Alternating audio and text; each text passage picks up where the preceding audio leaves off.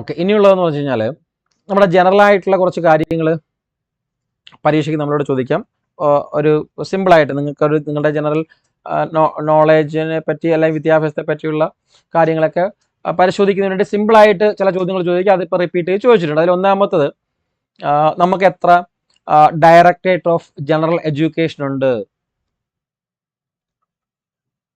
Directorate of general education,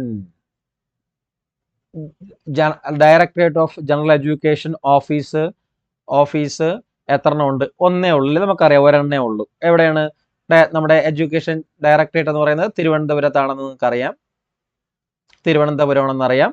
അതുപോലെ തന്നെ നമ്മളുടെ ഡിസ്ട്രിക്ട് എഡ്യൂക്കേഷൻ ഓഫീസ് എത്ര ഉണ്ടെന്ന് നോക്കി. ഡിസ്ട്രിക്ട് എഡ്യൂക്കേഷണൽ ഓഫീസ് DEO എന്ന് പറയുന്നത് എത്ര എണ്ണം ഉണ്ടെന്ന് ചോദിക്കാം. നമുക്കിന്ന് 14 ജില്ലകളിലും കൂടി 41 എണ്ണമാണുള്ളത്. ഡിസ്ട്രിക്ട് എഡ്യൂക്കേഷൻ ഓഫീസ് പ്രധാനമായിട്ടും 41 എണ്ണമാണുള്ളത്. അതുപോലെ തന്നെ AEO അസിസ്റ്റന്റ് എഡ്യൂക്കേഷണൽ ഓഫീസുകൾ എത്ര ഉണ്ടെന്ന് ചോദിച്ചു കഴിഞ്ഞാൽ 163 അസിസ്റ്റന്റ് എഡ്യൂക്കേഷൻ ഓഫീസ് 163. അതുപോലെ തന്നെ DDE, അതായത് deputy directorate of general education അല്ല, deputy directorate of education office. Deputy directorate of education office എത്ര ഉണ്ടെന്ന് ചോദിച്ചു കഴിഞ്ഞാൽ 14. നമ്മൾ ഓരോ ജില്ലകളിലും ഓരോന്ന് വീതം 14. അപ്പം directorate of general education office ഒന്ന് മാത്രമേ ഉള്ളൂ, ട്രിവാൻഡ്രമാണ്. DEO എത്ര ഡിസ്ട്രിക്ട് എഡ്യൂക്കേഷൻ ഓഫീസ് എത്ര ഉണ്ടെന്ന് വെച്ച് കഴിഞ്ഞാൽ 41. അസിസ്റ്റന്റ് എഡ്യൂക്കേഷൻ ഓഫീസർ എന്ന് വെച്ചാൽ എത്ര 163. Deputy director of education office എന്ന് വെച്ച് കഴിഞ്ഞാൽ 14 ഉണ്ടെന്ന് ഓർത്തിരിക്കുക. ഓക്കെ, ഇനി അവിടെ ചോദിച്ച മറ്റൊരു ചോദ്യം എന്ന് പറയുന്നത്,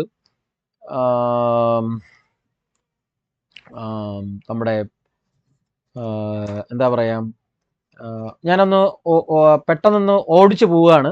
ഓക്കെ, ശ്രദ്ധിക്കുക. അതായത് TMD എന്ന് പറഞ്ഞാൽ അറിയാം. TMD എന്ന് പറയുന്നത് ടീച്ചർ മെയ്ഡ്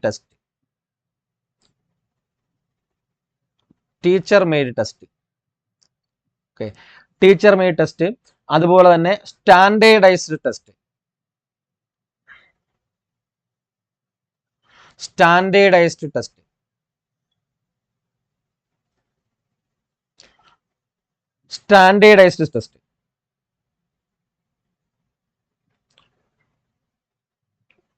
ഓക്കെ, അപ്പം ഈ ടീച്ചർ മെയ്ഡ് ടെസ്റ്റും സ്റ്റാൻഡേർഡൈസ്ഡ് ടെസ്റ്റും എവിടെയാണ് ഉപയോഗിക്കുന്നത്, അത് എവിടെയാണ് യൂസ്ഫുൾ ആവുന്നത്, ഉപകാരപ്രദമായിട്ട് വരുന്നത് എവിടെയാണ് എന്നൊക്കെയുള്ള ചോദ്യങ്ങളാണ് നമ്മളോട് ചോദിക്കാനായിട്ട് സാധ്യതയുള്ളത്, ഇപ്പൊ ചോദിച്ചിരിക്കുന്നത്.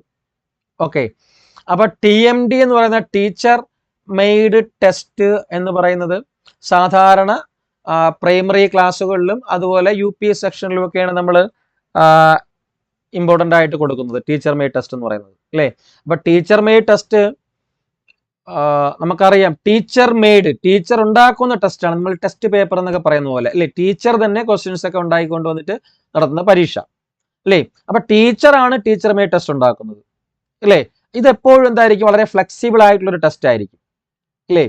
കാരണം ടീച്ചർ ഒരു ടെസ്റ്റ് ഉണ്ടാക്കുമ്പോഴത്തേക്ക് നിങ്ങൾ പഠിപ്പിക്കുന്ന കുട്ടികളുടെ കഴിവ്, ക്ലാസ് മുറികള്, അല്ലേ, ഇതിനൊക്കെ ഉചിതമായ രീതിയിലായിരിക്കും ആ ടെസ്റ്റ് ടീച്ചർ എപ്പോഴും തയ്യാറാക്കുന്നത്.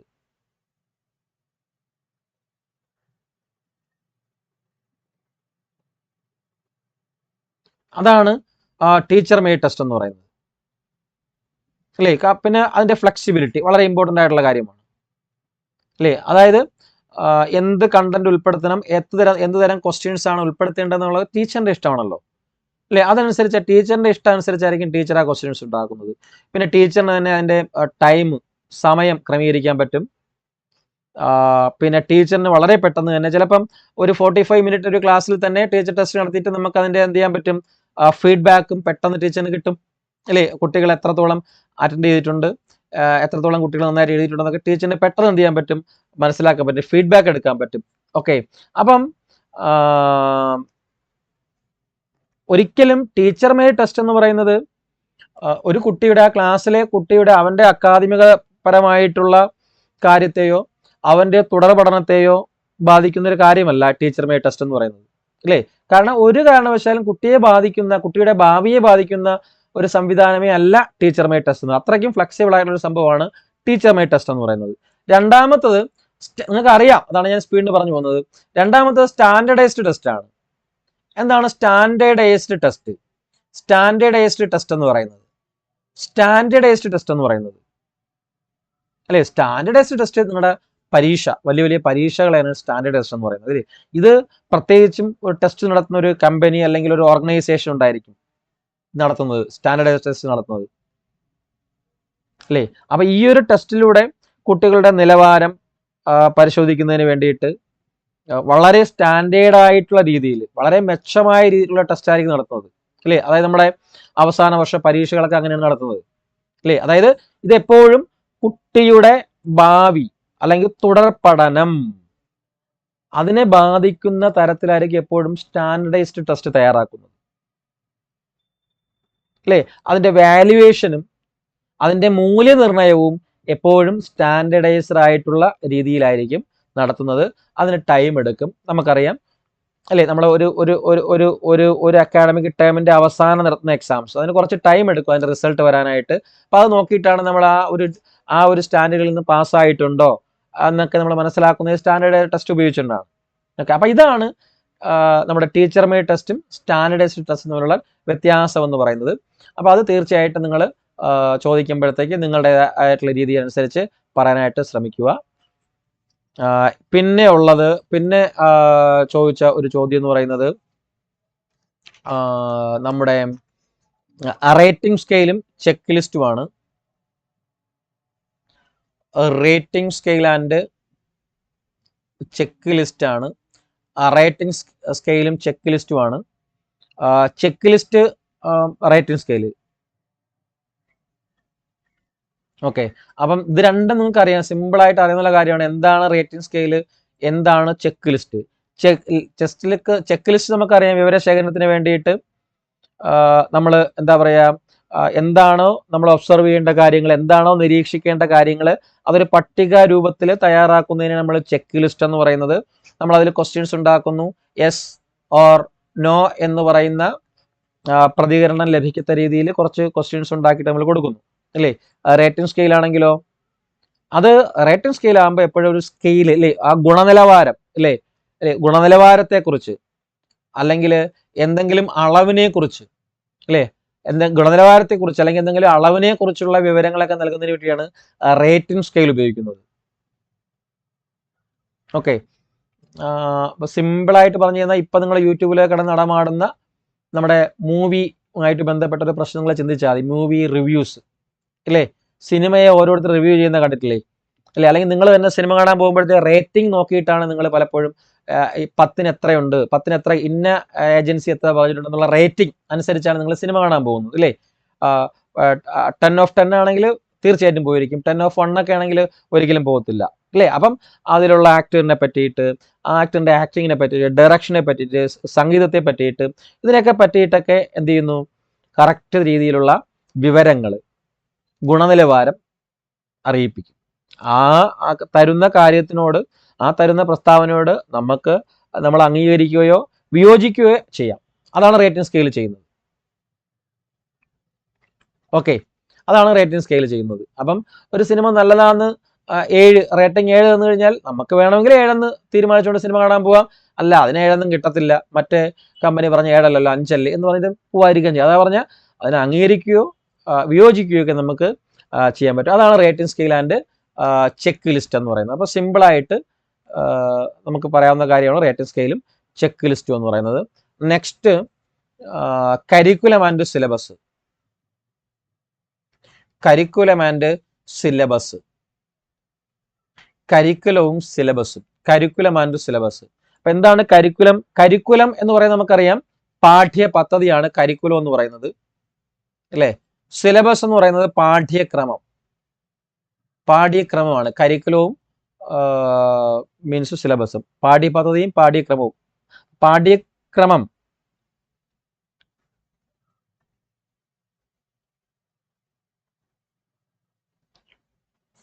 ഓക്കെ. അപ്പം ഇത് രണ്ടും നിങ്ങളോട് പറഞ്ഞു തരേണ്ട കാര്യമില്ല. അപ്പൊ നമുക്ക് ആദ്യം കരിക്കുലം, പാഠ്യ പദ്ധതി എന്താണെന്ന് ജസ്റ്റ് ഒന്ന് പറഞ്ഞങ്ങ് പോവാം.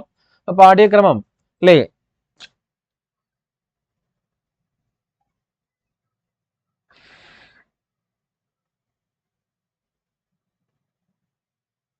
അപ്പം കരിക്കുലം എന്ന് പറയുമ്പോഴത്തേക്ക് നമ്മൾ പഠിപ്പിക്കുന്നത് പോലെയല്ല. ഇന്റർവ്യൂവിന് ചോദിക്കുമ്പോൾ എന്ത് ചോദിക്കാന്ന് പറഞ്ഞു കഴിഞ്ഞാൽ, ഒരിക്കലും പാഠ്യക്രമത്തിൽ നിർദ്ദേശിച്ച കാര്യങ്ങൾ മാത്രമായിരിക്കത്തില്ല പാഠ്യപദ്ധതിയിലുള്ളത്, അല്ലേ? പാഠ്യക്രമത്തിൽ നമ്മൾ കാണുന്ന കാര്യങ്ങൾ മാത്രമായിരിക്കത്തില്ല പാഠ്യപദ്ധതിയിൽ കാണുന്നത്. അതാണ് ഒന്നാമത്തെ കാര്യം എന്ന് പറയുന്നത്. വളരെ വ്യത്യസ്തമായിട്ടുള്ള പ്രവർത്തനങ്ങൾ, പഠനാനുബന്ധമായിട്ടുള്ള പ്രവർത്തനങ്ങൾ, പഠനാനുബന്ധമല്ലാത്ത പ്രവർത്തനങ്ങൾ, പലതരത്തിലുള്ള ആക്ടിവിറ്റീസുകൾ ഒക്കെ ഏതിൽ ഉൾപ്പെടുത്തിയിരിക്കും? ഈ കരിക്കുലത്തിൽ ഉൾപ്പെടുത്തിയിരിക്കും. ആ കരിക്കുലം നിർമ്മിക്കുന്നതിന് വ്യത്യസ്തമായിട്ടുള്ള മാനദണ്ഡങ്ങളുണ്ട്. ദാർശനികമായിട്ടുള്ള മാനദണ്ഡങ്ങളുണ്ട്, സാമൂഹികമായിട്ടുള്ള മാനദണ്ഡങ്ങളുണ്ട്, മനഃശാസ്ത്രപരമായിട്ടുള്ള മാനദണ്ഡങ്ങളുണ്ട്. അപ്പം ദാർശനികവും സാമൂഹികവും മനഃശാസ്ത്രപരവുമായിട്ടുള്ള ലക്ഷ്യത്തോടു കൂടിയാണ് കരിക്കുലം നിർമ്മിക്കുന്നത്.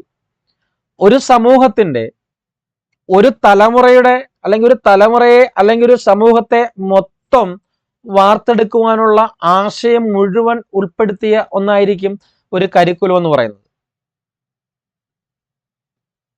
അപ്പൊ കരിക്കുലം എന്ന് പറയുമ്പോഴത്തേക്ക് ആ സമൂഹ നന്മയ്ക്ക് വേണ്ടിയിട്ടുള്ള, ഒരു തലമുറയ്ക്ക്, ഒരു ജനറേഷനെ മൊത്തം ഉണ്ടാക്കിയെടുക്കുവാനുള്ള ഒരു സംവിധാനമായിരിക്കും കരിക്കുലത്തിൽ ഉൾപ്പെടുത്തിയിരിക്കുന്നത്.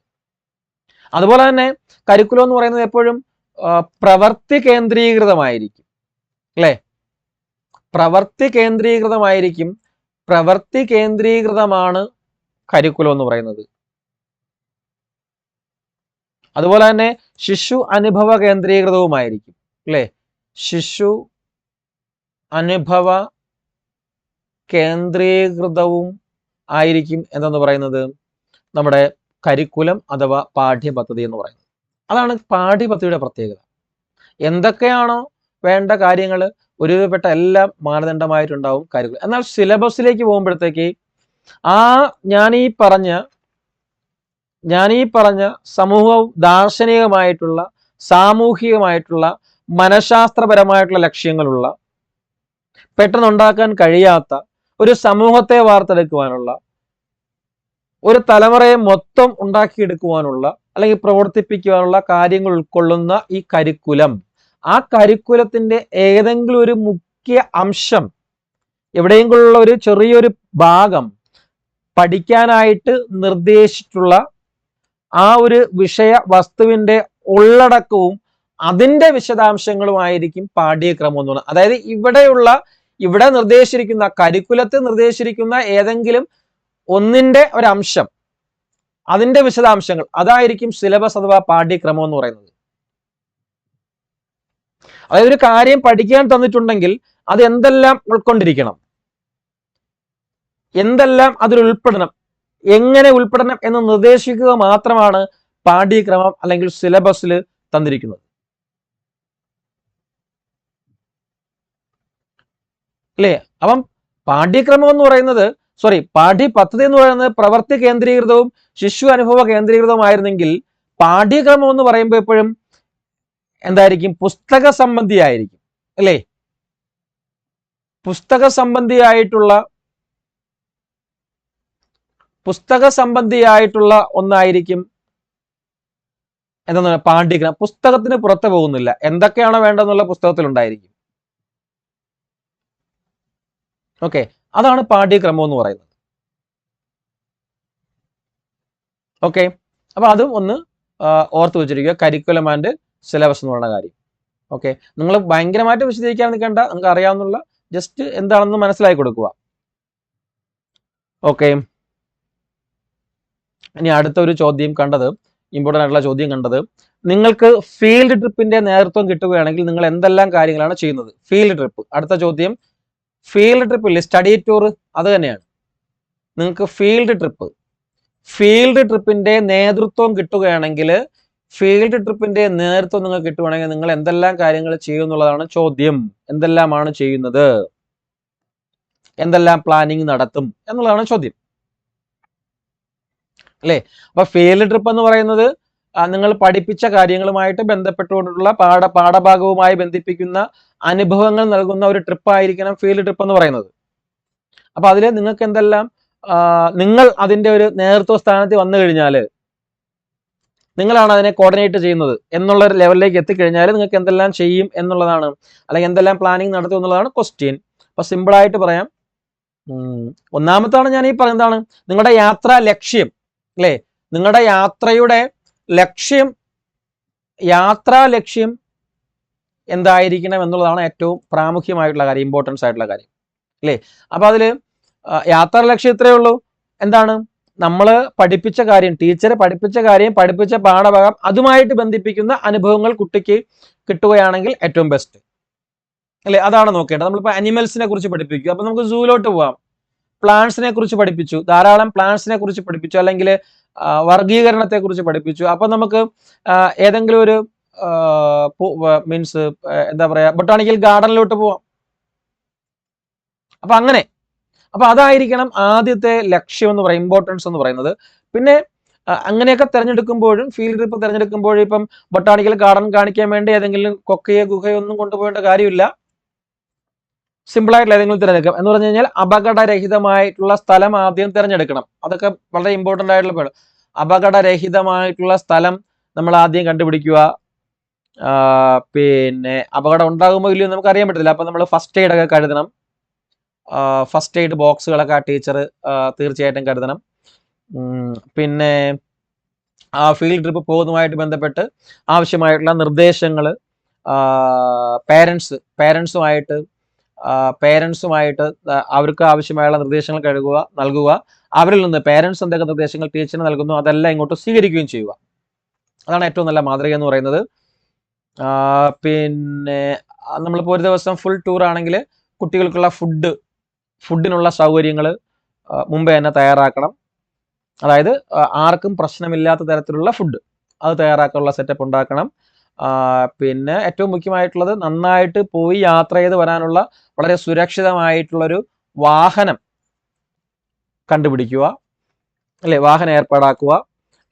പിന്നെ ഇതെല്ലാം ഉപരിയായിട്ട് നമ്മുടെ എന്താ പറയാ, പ്രൈമറി നീഡ്സ്, ചെറിയ കുട്ടികളാകുമ്പോഴത്തേക്ക് അവരുടെ പ്രാഥമിക ആവശ്യം, അല്ലേ? അവരുടെ പ്രാഥമിക ആവശ്യങ്ങൾ നിറവേറ്റാനുള്ള സൗകര്യവും ചെയ്തു കൊടുക്കാനുള്ള രീതി ഉണ്ടാക്കണം. അപ്പൊ ഇത്തരത്തിലുള്ള കാര്യങ്ങളാണ് നമ്മളൊരു കോർഡിനേറ്റർ ആണെങ്കിൽ ചെയ്യേണ്ടതായിട്ടുള്ള പ്രധാന കാര്യങ്ങൾ എന്ന് പറയുന്നത്. അപ്പൊ അത് തീർച്ചയായിട്ടും അത് ശ്രദ്ധിക്കണം കേട്ടോ, ഇത്തരം കാര്യങ്ങൾ. അപ്പൊ ഇത് എൻ്റെ ഒരു കൺസെപ്റ്റാണ് ഞാൻ പറയുന്നത്. നിങ്ങൾ നിങ്ങളുടേതായിട്ടുള്ള കാര്യങ്ങളുണ്ടെങ്കിൽ കൂട്ടി യോജിക്കുകയും ഉപയോഗിക്കുകയും ചെയ്യണം. ഓക്കെ, അടുത്തൊരു ക്വസ്റ്റ്യൻ എന്ന് വെച്ച് കഴിഞ്ഞാൽ ഇന്ത്യൻ രാഷ്ട്രീയത്തിൽ, അടുത്തൊരു ചോദ്യം, ഇന്ത്യൻ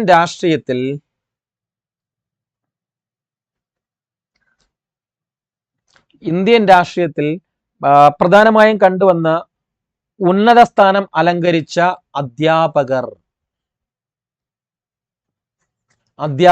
അതായത് ഇന്ത്യൻ രാഷ്ട്രീയത്തിൽ നമ്മൾ പ്രധാനമായും കണ്ടുവന്ന ഉന്നത സ്ഥാനം അലങ്കരിച്ച അധ്യാപകരുടെ പേര് പറയുവാനോ അല്ലെങ്കിൽ അതുമായിട്ട് ബന്ധപ്പെട്ട കാര്യങ്ങൾ ചോദിക്കുകയാണ് ചെയ്തിട്ടുള്ളത്.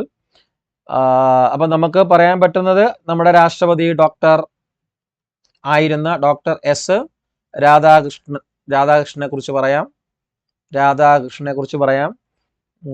നമുക്ക് പറയാന്ന് വെച്ചാൽ, കാരണം നമുക്കറിയാം ഈ ഡോക്ടർ എസ് രാധാകൃഷ്ണന്റെ ജന്മദിനമാണ് എന്തെന്ന് പറയുന്നത് സെപ്റ്റംബർ 5. ഈ സെപ്റ്റംബർ 5 നമ്മൾ എന്തായിട്ട് ആഘോഷിക്കുന്നത്? അധ്യാപക ദിനമായിട്ട് ആഘോഷിക്കാം. അപ്പൊ തീർച്ചയായിട്ടും ഒന്നാമതായിട്ട് ഡോക്ടർ എസ് രാധാകൃഷ്ണനെ കുറിച്ച് തന്നെ പറയണം, അല്ലേ? രാഷ്ട്രീയ പ്രവർത്തനമാണ് അദ്ദേഹം, അധ്യാപകനുമാണ്. പിന്നെ നമുക്ക് പറയാനുള്ളത് നമ്മുടെ ലോക അധ്യാപക മാതൃകയിലേക്ക് ഉയർന്ന വിവേകാനന്ദനെ കുറിച്ച് പറയാം. പിന്നെ നമ്മുടെ APJ അബ്ദുൽ കലാമിനെ കുറിച്ച് പറയാം.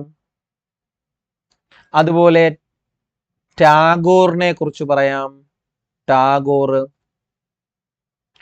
അതുപോലെ ബുദ്ധനെ കുറിച്ച് വേണമെങ്കിൽ പറയാം നമുക്ക് പ്രാചീനമായിട്ട്.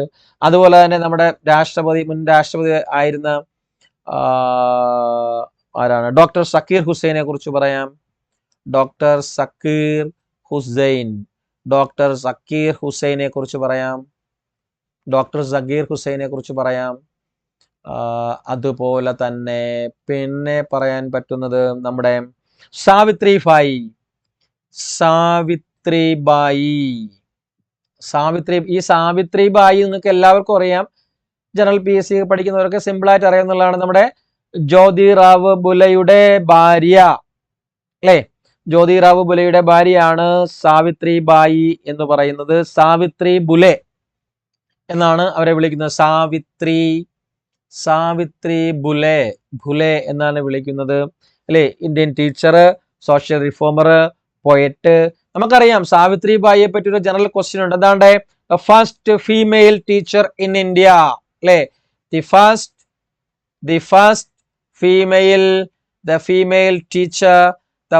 ഫീമെയിൽ ടീച്ചർ ഇൻ ഇന്ത്യ, അല്ലേ? ഇന്ത്യയിലെ ആദ്യത്തെ ലേഡി സ്ത്രീ ടീച്ചറാണ്, അധ്യാപികയാണ് സാവിത്രിബായി എന്നറിയപ്പെടുന്ന സാവിത്രി ബുലെ, ജ്യോതിറാവു ബുലെയുടെ ഭാര്യ. അപ്പൊ അവരെ കുറിച്ച് പറയാം. പിന്നെ നമ്മുടെ എന്താ പറയാ, മുൻഷി പ്രേംചന്ദ് ഉണ്ട്, ഉറുദു സാഹിത്യകാരനാണ് പ്രേംചന്ദ്, മുൻഷി പ്രേംചന്ദ്. അപ്പൊ പ്രേംചന്ദിനെ കുറിച്ച് പറയാം. പിന്നെ ആനന്ദ് കുമാർ ഉണ്ട്, ഇപ്പം മുൻപന്തിയിൽ നിൽക്കുന്ന ആനന്ദ് കുമാർ എന്ന് പറയുന്ന ഒരാളുണ്ട്. വായിക്കുന്നവർക്ക് ഇവരെ കുറിച്ച് പറയുമ്പോഴത്തേക്ക് തിരിച്ചു ചോദിച്ചു കഴിഞ്ഞാൽ പറയാൻ പറ്റണം കേട്ടോ. ഞാൻ എനിക്കറിയാവുന്നവരെ കുറിച്ചാണ് പറയുന്നത്. നിങ്ങൾക്ക് അവരെ കുറിച്ച് ചോദിക്കുമ്പോഴത്തേക്ക് എന്തെങ്കിലും ഒരു എക്സ്ട്രാ ക്വസ്റ്റ്യൻ ചോദിച്ചു കഴിഞ്ഞാൽ പറയാൻ കഴിയണം നിങ്ങൾക്ക്. ആനന്ദ് കുമാർ, അല്ലേ? ഒരുപാട് പത്മശ്രീ ഒക്കെ ലഭിച്ചിട്ടുള്ള ഒരുപാട് സംരംഭങ്ങളൊക്കെ ഉള്ള IT മേഖലയിൽ ഭയങ്കരമായിട്ട് പ്രവർത്തിക്കുന്ന ഒരാളാണ്, IT അധ്യാപകനൊക്കെയാണ് ആനന്ദ് കുമാർ എന്ന് പറയുന്നത്. അപ്പൊ ഇത്രയും ആൾക്കാരെ കുറിച്ചൊക്കെ ഈ ചോദിച്ച ഇന്ത്യൻ രാഷ്ട്രത്തിൽ നമ്മൾ കണ്ടുവരുന്ന ഉന്നത സ്ഥാനം അലങ്കരിച്ച അല്ലെങ്കിൽ അലങ്കരിക്കുന്ന അധ്യാപകരെ കുറിച്ച് ചോദിക്കുമ്പോഴത്തേക്ക് നമുക്ക് തീർച്ചയായിട്ടും പറയാൻ പറ്റും, പറയണം. ഓക്കെ, അടുത്തത്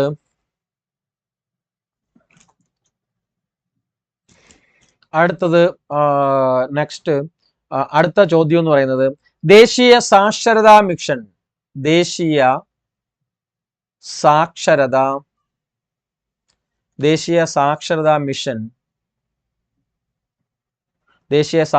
മിഷൻ ആരംഭിച്ച വർഷം ചോദിച്ചു. സാക്ഷരതാ മിഷൻ ആരംഭിച്ച വർഷം 1988 1988 മെയ് 5 1988 മെയ് 5 ദേശീയ സാക്ഷരതാ മിഷൻ ആരംഭിച്ചിരിക്കുന്നത്.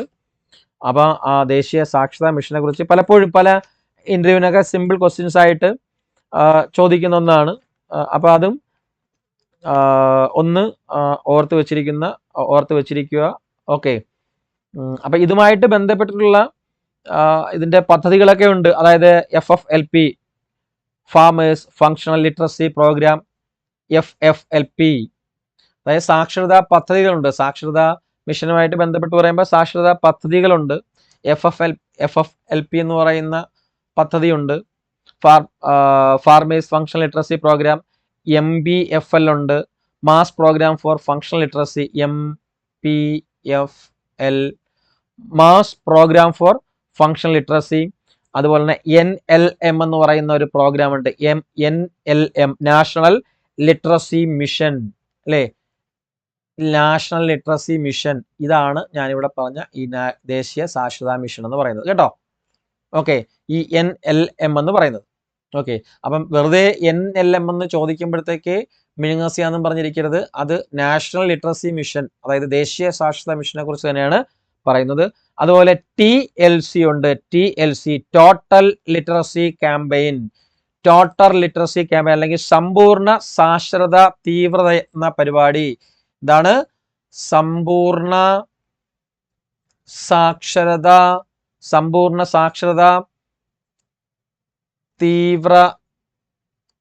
തീവ്രയത്ന പരിപാടി, സമ്പൂർണ്ണ സാക്ഷരതാ തീവ്രയത്ന പരിപാടി. ഓക്കെ, മനസ്സിലായെന്ന് കരുതുന്നു.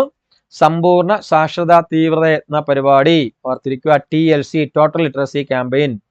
ഓക്കെ, ഇതില് ഇവിടെ ഒരു ക്വസ്റ്റ്യൻ ചോദിച്ചു കണ്ടിട്ടുള്ളത്, സിമ്പിൾ ആയിട്ട് ചോദിക്കുന്നത് സമ്പൂർണ്ണ സാക്ഷരതാ തീവ്രയത്ന പരിപാടി TLCക്ക് കേരളത്തിൽ നേതൃത്വം നൽകിയത് ആര്? TLCക്ക് കേരള നേതൃത്വം വഹിച്ചത് ആര് എന്ന് ചോദിക്കും. ഞാൻ മുന്നേ ഒരു ക്ലാസ്സിൽ ഇത് പറഞ്ഞിട്ടുള്ളതാണ്, അതിന്റെ കാര്യത്തെക്കുറിച്ച് ഡീറ്റെയിൽ ചെയ്തിട്ടുള്ളതാണ്. അയാളെ കുറിച്ച് സ്ഥിരം ചോദിക്കുന്നതാണ് ഇന്റർവ്യൂവില് ചോദിച്ചിട്ടുള്ളത്. കേരള ശാസ്ത്ര സാഹിത്യ പരിഷത്താണ്. കേരള ശാസ്ത്ര സാഹിത്യ പരിഷത്ത്. കേരള ശാസ്ത്ര സാഹിത്യ പരിഷത്താണ്. കേരള ശാസ്ത്ര സാഹിത്യ പരിഷത്താണ് ഏതിന് നേതൃത്വം നൽകിയിരിക്കുന്നത്? ഏതിന് നേതൃത്വം നൽകിയിട്ട്?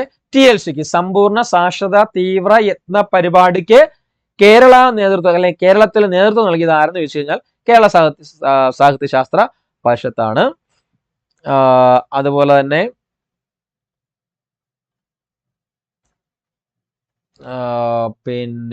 പിന്നെ അവിടെ ഓർക്കേണ്ടത്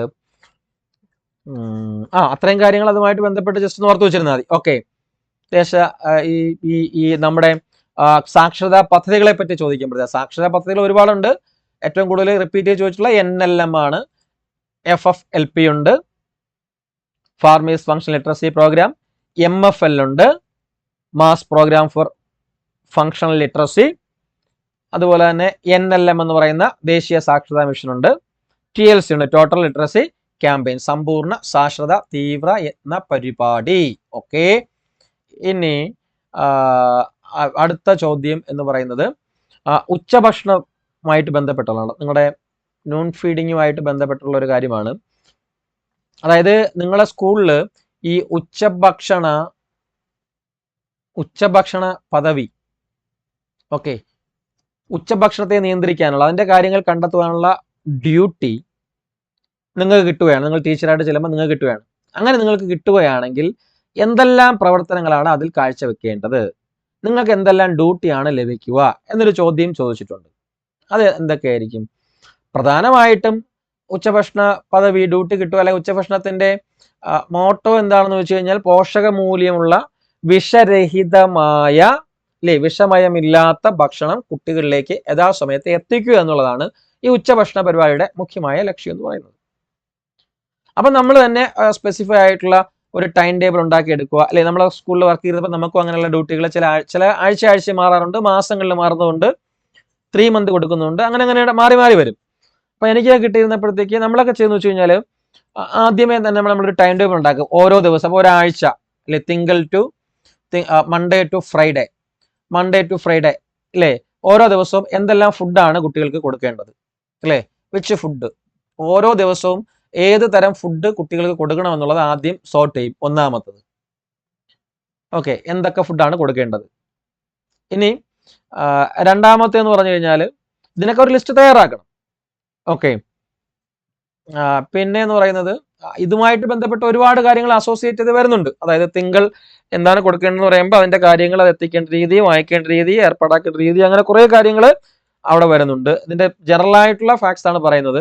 ഇനി ഇത് കഴിഞ്ഞ ശേഷം നമ്മൾ ഭക്ഷണം കൊടുത്തു കഴിഞ്ഞാൽ കുട്ടികൾ എത്ര പേര് ഭക്ഷണം കഴിക്കുന്നു എന്ന് രേഖപ്പെടുത്തണം. അത് ഓൺലൈനായിട്ട് ചെയ്യണമായിരുന്നു അന്ന്.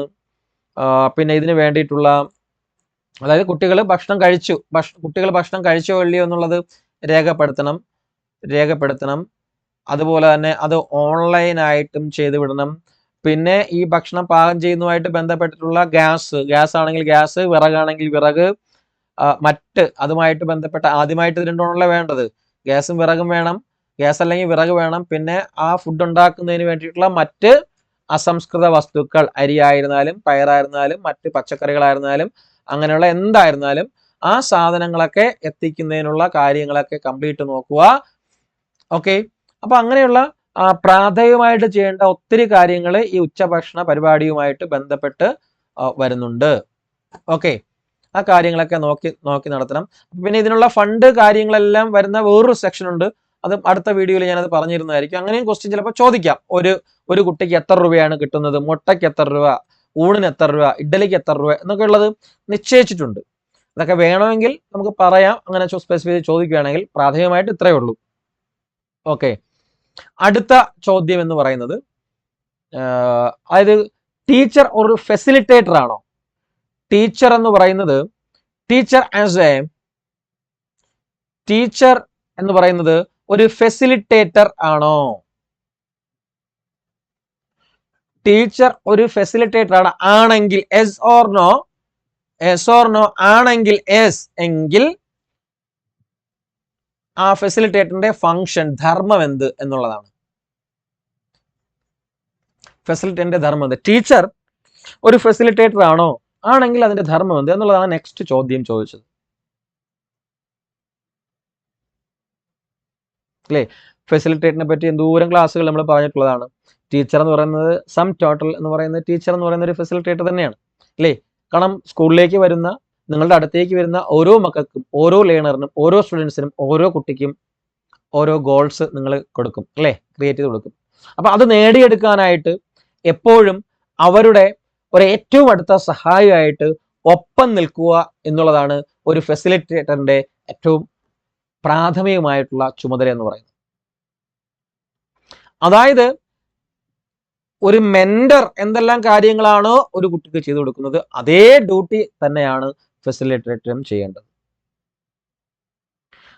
ഏറ്റവും നല്ല പഠന സാഹചര്യം കുട്ടിക്ക് സൃഷ്ടിച്ചു കൊടുക്കുക ഒരു മെന്റർ ചെയ്യുന്ന ഡ്യൂട്ടിയാണ്. പഠന സാഹചര്യം, ഏറ്റവും നല്ല പഠന സാഹചര്യം ഒരുക്കി കൊടുക്കുക എന്ന് പറയുന്നത്.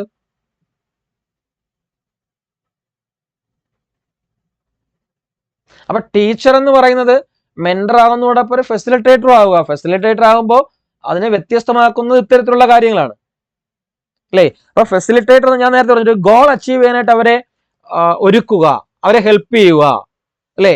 ഒരു creating their goal to achieve them, അല്ലേ? ഒരു ഗോള് ഉണ്ടാക്കി അത് നേടിയെടുക്കുന്നതിന് വേണ്ടിയിട്ട് അവരെ സഹായിക്കുക. അപ്പൊ എന്താണ് ഫെസിലിറ്റേറ്റർ എപ്പോഴും ചെയ്യുന്നത്? ആ ഒരു സ്പെസിഫിക് ആയിട്ടുള്ള ഏതെങ്കിലും ഒരു പ്രോഗ്രാമിനെ, ഒരു ഫംഗ്ഷനെ, ഒരു പ്രവർത്തനത്തെ മുൻനിർത്തിയായിരിക്കും. എല്ലാം കൂടി ചേർന്ന് ചാടേണ്ട കാര്യമില്ല. ഏതെങ്കിലും ഒരു കാര്യത്തെ, ഒരു പ്രവർത്തനത്തെ മുൻനിർത്തിയായിരിക്കും ഒരു ഫെസിലിറ്റേറ്റർ പ്രവർത്തിക്കുന്നത്. ഒരു പ്രവർത്തനത്തെ ഏകോപിപ്പിക്കുമ്പോൾ, ഒരു ഗോളിനെ കണക്കാക്കുമ്പോൾ, ഒരു കാര്യം ചെയ്യുമ്പോൾ അതിന്റെ ഔട്ട്പുട്ട് എന്താണ്, അല്ലെങ്കിൽ അതിന്റെ കോണ്ടന്റ് എന്തായിരിക്കണം എന്നതിനെ പറ്റി എന്ത് ചെയ്യില്ല, ചിന്തിക്കത്തില്ല, അല്ലേ? കാരണം ഒരു കാര്യമില്ലേ ഉള്ളൂ. ഒരു പ്രവർത്തനത്തെ കുറിച്ച് ചിന്തിക്കുമ്പോഴത്തേക്ക് പിന്നെ അതിനെക്കുറിച്ച് വിശാലമായിട്ട് ചിന്തിക്കേണ്ട കാര്യമില്ലല്ലോ. അതിന്റെ കോണ്ടന്റ് എന്താണെന്നും ഔട്ട്പുട്ട് എന്താണെന്നും പറഞ്ഞ് ചിന്തിക്കേണ്ട കാര്യമൊന്നുമില്ല. അപ്പൊ ആ ഒരു കാര്യത്തിലൂടെ ആ ഫെസിലിറ്റേറ്റർ ആയിട്ടുള്ള അധ്യാപകൻ കടന്നു പോകുമ്പോഴത്തേക്ക് ആ പ്രവർത്തനത്തിൽ നിങ്ങൾ എന്ത് നേടി, കുട്ടി എന്ത് നേടി, അതാണ് അവിടുത്തെ ഇമ്പോർട്ടൻസ്, അല്ലേ? എന്ന് പറഞ്ഞു കഴിഞ്ഞാല് ഒരു ഫെസിലിറ്റേറ്റർ എന്ന് പറയുന്നത് കുട്ടിയുമായിട്ട് തട്ടിക്കുമ്പോഴത്തേക്ക് ഫെസിലിറ്റേറ്റർ എന്ന് പറയുന്നത് എപ്പോഴും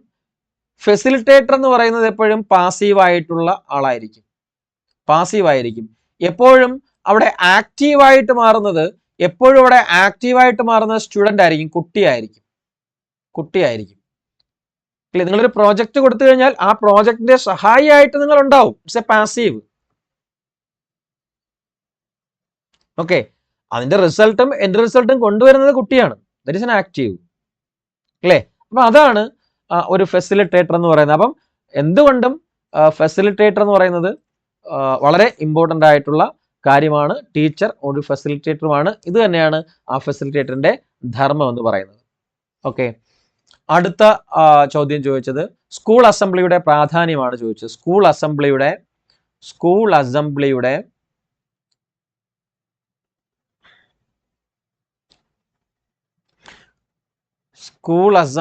പ്രാധാന്യം. സ്കൂളിലൊക്കെ അസംബ്ലി നടത്തുമല്ലൊക്കെ അറിയാലോ, അല്ലേ? അപ്പൊ ഒരുപാട് കാര്യങ്ങൾ നിങ്ങൾക്ക് പറയാൻ പറ്റും. ഞാൻ എൻ്റെതായിട്ടുള്ള കുറച്ച് അഭിപ്രായങ്ങൾ പറയാം സ്കൂൾ അസംബ്ലിയുടെ കാര്യം. ഓരോരുത്തർക്കും തിങ്ക് ചെയ്യാന്നുള്ള കാര്യമാണ്. അതായത് കുട്ടികളിൽ ഐക്യബോധം ഉണ്ടാക്കാൻ പറ്റും, അല്ലെ? കുട്ടികളിൽ ഐക്യം ഉണ്ടാക്കി കൊടുക്കാനായിട്ട് പറ്റും. പിന്നെ അതുപോലെ തന്നെ വൈകാരികമായ അടുപ്പം, അല്ലെ, വിദ്യാലയവുമായിട്ട് ഉണ്ടാക്കാൻ പറ്റും.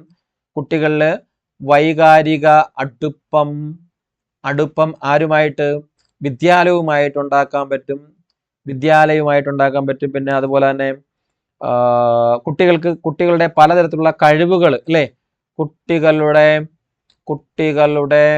കഴിവുകൾ, അല്ലേ, പലതരത്തിലുള്ള കഴിവുകൾ പ്രദർശിപ്പിക്കുവാനുള്ള, അല്ലേ, അന്നുള്ള, അല്ലേ, വളരെ എന്താ പറയാ, ലൈവായിട്ടുള്ള കഴിവുകളൊക്കെ പ്രദർശിപ്പിക്കാൻ പറ്റിയൊരിടവും കൂടിയാവും ഈ എന്താന്ന് പറയുന്നത്, ഈ അസംബ്ലി എന്ന് പറയുന്നത്.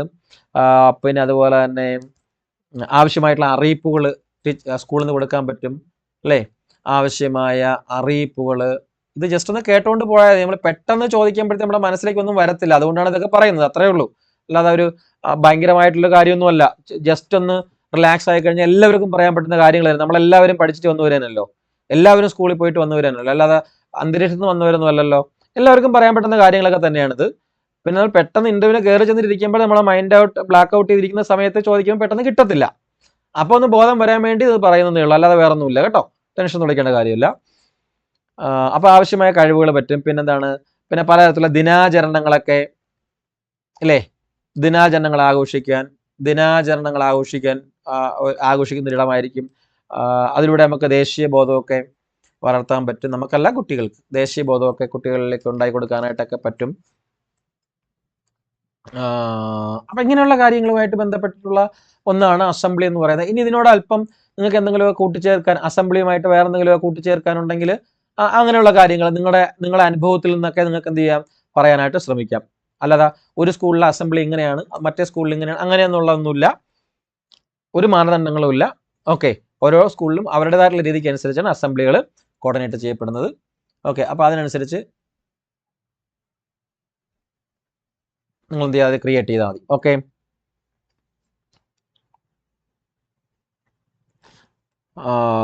പിന്നെ ഓക്കെ, അപ്പം ഇനി കുറച്ച് ക്വസ്റ്റ്യൻസും കൂടെ ഉണ്ട്. അത് അടുത്തൊരു വീഡിയോയിൽ നമുക്ക് ഡിസ്കസ് ചെയ്യാം. Okay, thank you.